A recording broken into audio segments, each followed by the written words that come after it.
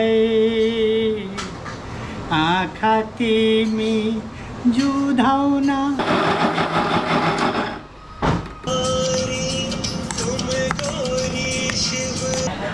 Good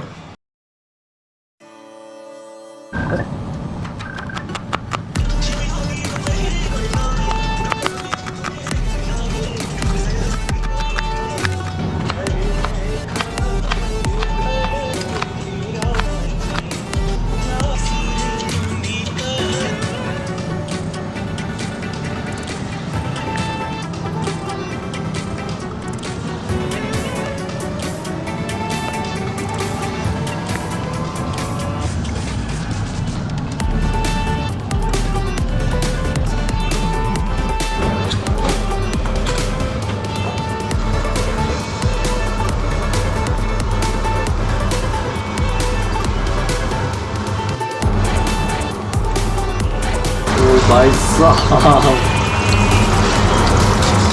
भर के भाई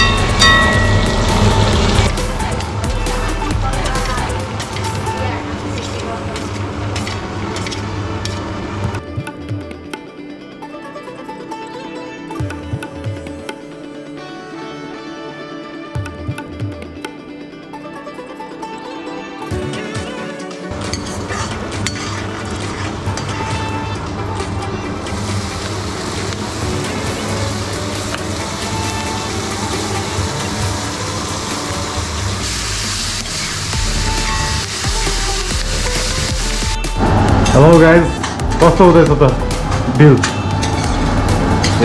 बटरले गर्दा मेरो डढ्यो हल्का होइन तर पनि म होपफुल छु आज म दामी बनाउँछु भनेर होइन आज पनिर बटर मसला तैँले रेस्टुरेन्टमा खाएको भन्दा नि बवाल कति बवाल स्मेल त बवाल आइ नै रहेछ केही हालेकै छैन त्यही पनि स्मेल यदि आज सोच के हाल्यो भने के आउँछ ओ म्यान नाइस नाइस ल हुन्छ अब so welcome to my blog guys आज चाहिँ म हेड सेफ भएर आफ्नो फ्यामिलीलाई अलिकति के बनाएर खुवाउँ जिन्दगीमा पहिलोचोटि भन्ने सोचिरहेको छु होइन प्रिपरेसन सबै भइसकेको छ आज चाहिँ मेन डिस चाहिँ मेन तरकारी पकाउने पालो मेरो तपाईँले के भन्छ यार यो आज चाहिँ पनिर बटर मसला बनाउने कोसिस गर्दैछु म होइन मम्मीहरूले पनि कहिले मम्मीहरूले रेस्टुरेन्टहरूमा होटेलहरूमा कहिले पनि खानुहुन्न होइन सो भाइ हम्ते भाइ आएको छ होइन अनि त्यही भएर आज सबैजना फ्यामिलीहरू बसेर टक्क के अरे पनिर भात खाउँ भनेर हो प्लान चाहिँ मेरो सबै बनाउने थियो तर मम्मीले चाहिँ अब अरू बनाइसक्नु थियो त्यही भएर पनिर मात्र म बनाउँछु सो होम टुर गराइदिएन गाइजहरूलाई हाम्रो गाइज होमहरू चाहिँ यस्तो छ आजको माहौल फ्यामिली टाइम र हन्ते भाइ भनेको इट्स मी हेलो एभ्रिवान त्यसपछि हाम्रो यता बाहिर नेचर यस्तो छ यता हाम्रो आमा हाँस्दै हुनुहुन्छ एकदम लामो लामो खिच्का तान्दै के चल्दैछ आमा कपडा धुन लाग्छु अब खाना बनाउनु लागेको त पायो के अरे ओहो दुःख छ अब आमाले दाइले भगाउनु गयो है भान्साबाट भान्सा कब्जा आज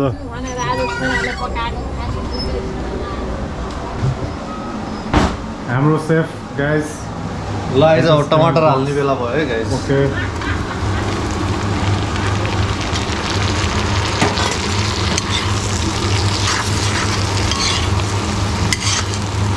हेर्दा त बवाल होला जस्तो छ अहिलेदेखि नै भनिन्छ नि फर्स्ट इम्प्रेसन राम्रो भएपछि यस मैले सुके मम्मी सुके खुर्सानी कहाँ छ ओके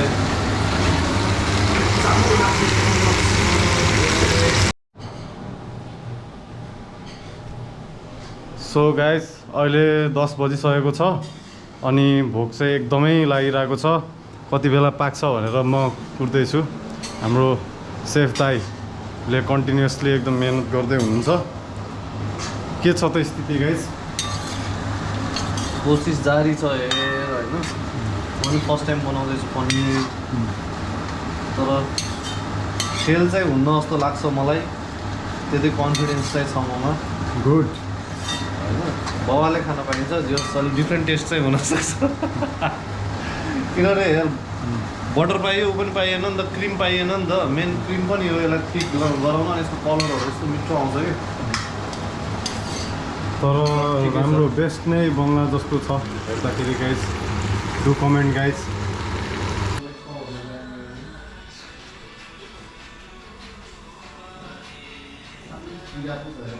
बस बुवा घटस्थापना लाग्यो अब आज फोटो खिच्ने केही भन्नु न के छ दसैँ लाग्यो दसैँ लाग्यो अब फोटोसोटो खिच्ने भए खिच म तयार छु यसपालिको दसैँमा के छ त कस्तो छ माहौल तौलिया भएको केही पनि जान्दिनँ तौलिया बजारमा डुलेकै छ एउटा गीत गाइदिनुहोस् ल उसो भए एउटा गीत सुनाइदिनुहोस् आवाजै धोद्रो भइसक्यो यस्तो सुरिलो छ सुनाउनु एउटा गीत घुम्तीमा नआऊ है आँखा तिमी जुधाउन आँखा तिमी जुधाउन बाँधिए माया फेरि गाह्रो हुन्छ फुकाउन फुकाउन घुम्तीमा नआऊ है आँखा तिमी जुधाउन आँखा तिमी जुधाउन बाँधिए माया फेरि गाह्रो हुन्छ फुकाउन फुकाउन घुम्तीमा नआऊ है भोलि जब हुन्छौँ हामी ओ एक अर्कासँग टाढा टाढा फुल जस्तो माया पनि बिजाउने बन्छ काँडा काँडा सुस्केरामा रात बिछ सक्ने छैनौ निदाउन निदाउन घुम्तीमा नआऊ है आँखा तिमी जुधाउन आँखा तिमी जुधाउन बाँधिए माया फेरि गाह्रो हुन्छ फुकाउन फुकाउन घुम्तीमा नआऊ है के छ त गाइज स्टार्टस हाम्रो पनिर पाक्यो कि पाकेन छैन यार बल्ल त ग्रेभी प्रिपेयर हुँदैछ अब यो अलमोस्ट भइसक्यो मसला सबै हालेर यो अलिकति पाकेपछि तेल छुट्टिन्छ कि ग्रेभीबाट अनि त्यसपछि अनि यसमा पनिर सनिर हालेर झोल कति चाहिन्छ हालेर होइन ल त बनाउने कि चलाइराख्नुपर्छ सो गाइज सबैलाई ह्याप्पी दसैँ फेरि पनि अब यस्तै छ होइन आज घटस्थापना भइहाल्यो रमाइलो हुँदैछ के छ त स्टार्टस अझै पाकेन त खाना अब ल अलमोस्ट भइसक्यो मसाला रेडी छ अब पनिर हाल्न चाहिँ बाँकी हो त्यही हो वर्षमा एकचोटि आउँछ दसैँ यसो फ्यामिली सब ग्यादर भएपछि पकाउन पनि जाँगर आउँछ कि अब दुईजनालाई मात्र तिनजनामा त के बनाउने अब मम्मीलाई नुन धेरै खानु हुन्न बुवालाई पिरो धेरै खानु हुन्न मसला धेरै खानु हुन्न त्यस्तो पकाउनु त हो त्यही भएर गाइजहरू सबै एफोर्ट यहाँ देखिन्छ एफोर्ट हेर्नुहोस्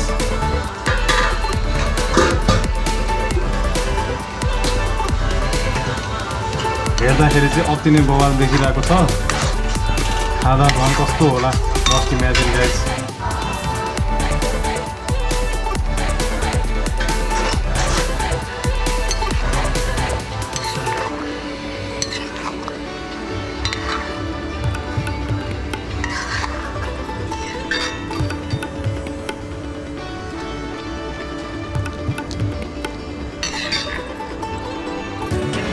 अब छोराले आज धेरै मेहनत गरेर खाना बनाउँदै हुनुहुन्छ कस्तो लागिरहेको छ त हजुरलाई अब खाना खाएर हेर्न पाए पो थाहा हुन्छ प्रयास देख्दा पनि बिहान उठेर प्रयास गरेको देख्दा नाइ त यो प्रयास पनि यो बेटाइमको प्रयास हो कि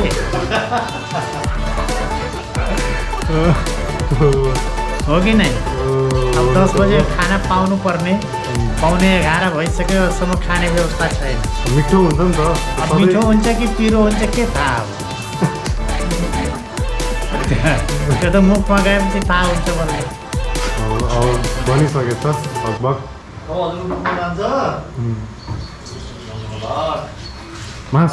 सेफज्यूको चाहिँ के छ भने यसमा काउन्टर फाइनल टच हो। अब फाइनल टच बुवाको चाहिँ आन्सर उत्तरको काउन्टर होइन। अब उहाँलाई अब पहिला खुवाउँछु म, पाक्यो चाख्नुहुन्छ अनि आज चाखेपछि अनि रिभ्यू गर्नु होला कस्तो पाकेछ, मिठो लाग्यो कि नै।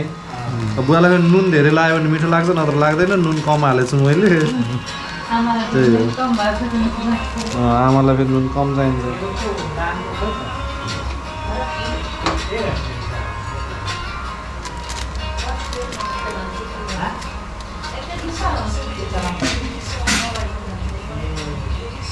के हो त गाइस यो कसरी मेथी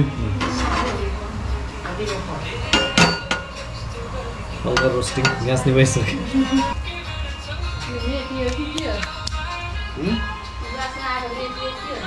कसरी मेथी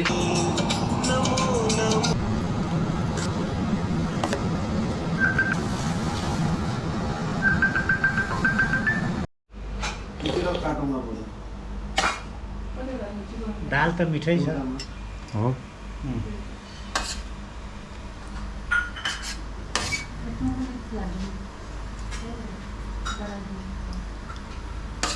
यही हो पकाएको पनिर। हो यही हो। कस्तो लाग्यो बुवा रिभ्यू दिनुहोस्। टुक्रा छ भाइ, घाँटीमै अड्कन्छ यो टुक्रा के बहुत ठुल्ठुलो छ।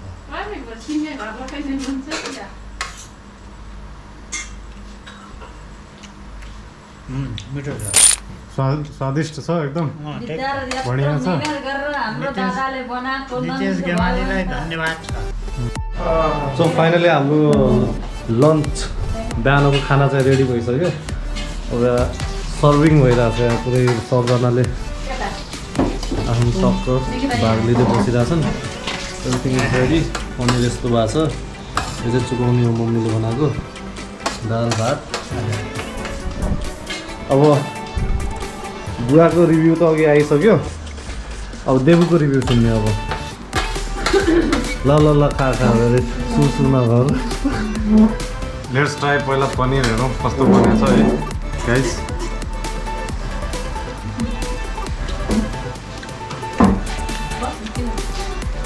अति नै मिठो बनाएको छ गाइस, अति नै बवाल। औँला चाटी चाटी खान मन लागिरहेछ फर्स्ट एटेम्पमै। बवाल छ।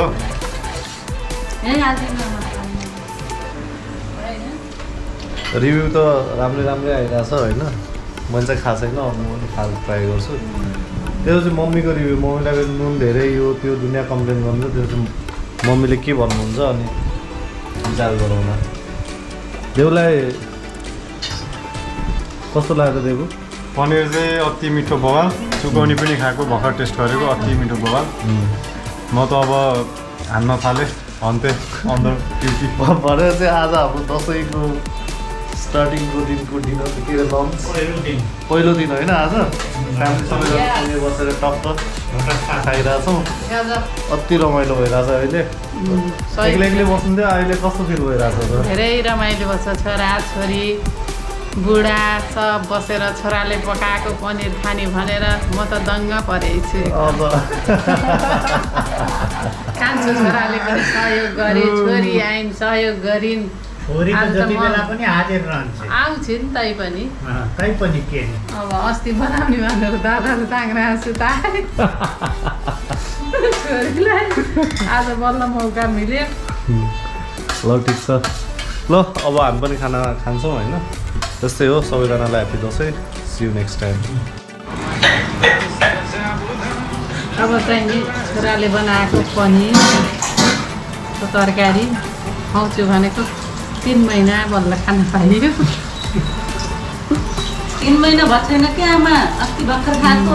मिठो छ, गजब मिठो, टेस्टी छ। नुन त म कमै खाने भएको हुनाले मलाई एकदम बेस्ट भयो होला होइन। गजब मिठो ल यस्तै पकाएर सधैँ खुवाउनु बेला बेलामा okay sir thank you very much ल बाई बाई बाई बाई